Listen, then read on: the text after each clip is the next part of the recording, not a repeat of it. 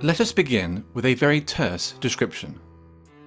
Cultural Marxism is a broad term which refers to the advocacy and application of critical theory, and more generally to the cultural, political, and academic influence of certain elements within the contemporary left. The roots of cultural Marxism are to be found in what is commonly known as the Frankfurt School. The term arose informally to describe the thinkers affiliated or merely associated with the Frankfurt Institute for Social Research at the Goethe University in Frankfurt, Germany during the interwar period. Critical of both capitalism and Soviet socialism, they sought to address the perceived shortcomings of classical Marxism in the pursuit of societal change. Their work came to be referred to as critical theory. Defining or categorizing critical theory is exceptionally difficult, for it pertains to a broad, almost disparate set of ideas, individuals, and approaches.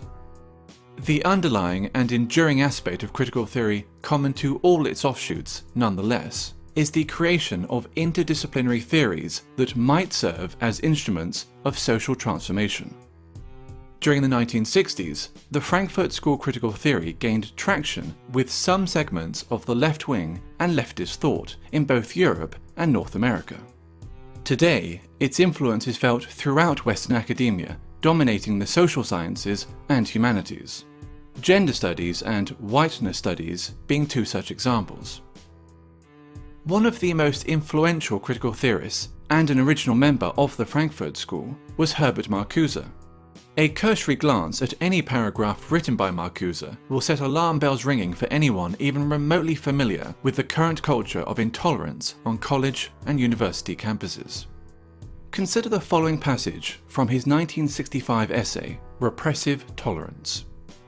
The small and powerless minorities which struggle against the false consciousness and its beneficiaries must be helped.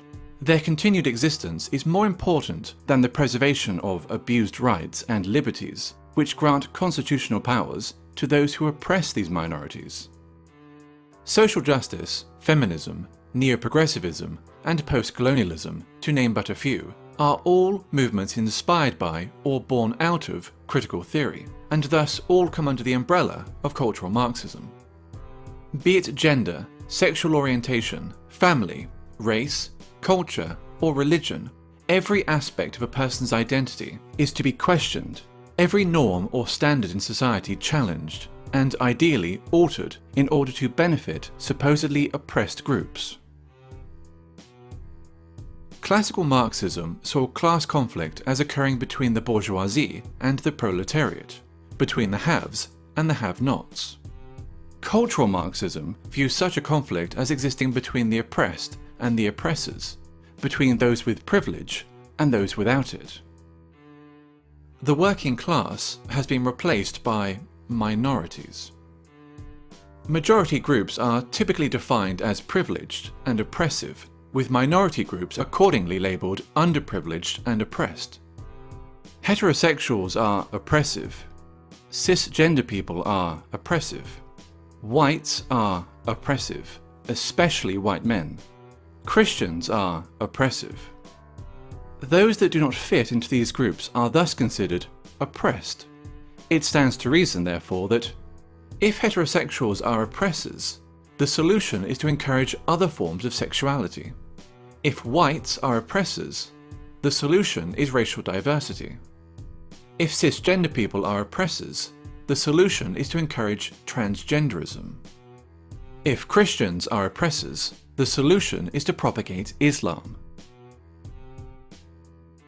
Theodor Adorno, another original member of the Frankfurt School, wrote a book entitled The Authoritarian Personality, in which he defines parenthood, pride in one's family, Christianity, adherence to traditional gender roles and attitudes towards sex, and the love of one's own country as pathological phenomena.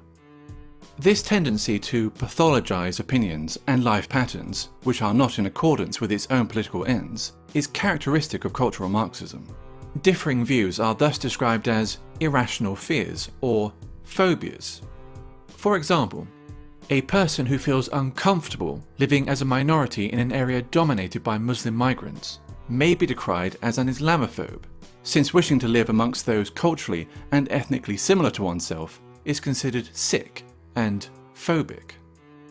When Pakistani Muslims living in Britain, by contrast, show in-group preference, converting entire sections of a town or city into a mini Pakistan, there is no sickness, no phobia, only multiculturalism. 20 years ago, there were no Pakis here, no one was doing nothing. But now, the Pakis are with a stamp, man, trust, you know what I mean?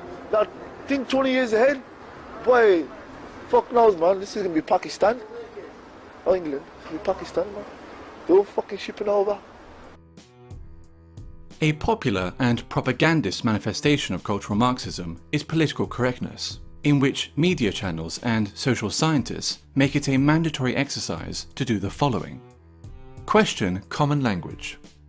Illegal immigrants, for example, are to be referred to as undocumented migrants, while ethnic discrimination is referred to as affirmative action. Their ambition to define and redefine words can be seen as a means of controlling the discourse and altering cultural norms. Racism and sexism have been redefined as a product of prejudice plus power, which leads to such ridiculous statements as, "There's no such thing as sexism against men," and I, an ethnic minority woman, cannot be racist or sexist towards white men. Maintain an unwaveringly favourable view of groups which are marked as being oppressed. Islam is a religion of peace. Black Lives Matter is a peaceful, legitimate protest movement. Feminism is only about equality, and so forth. No deviation from the aforementioned narrative will be entertained, ever, nor will criticism. While communism, as Marx envisioned it, offered the resolution of class conflict in a utopian social system, all that cultural Marxism offers is a desolate form of eternal warfare between ever more narrowly defined groups of offended minorities. The only meaningful consequence that its wide application could possibly ever have is the marginalization of traditional European culture.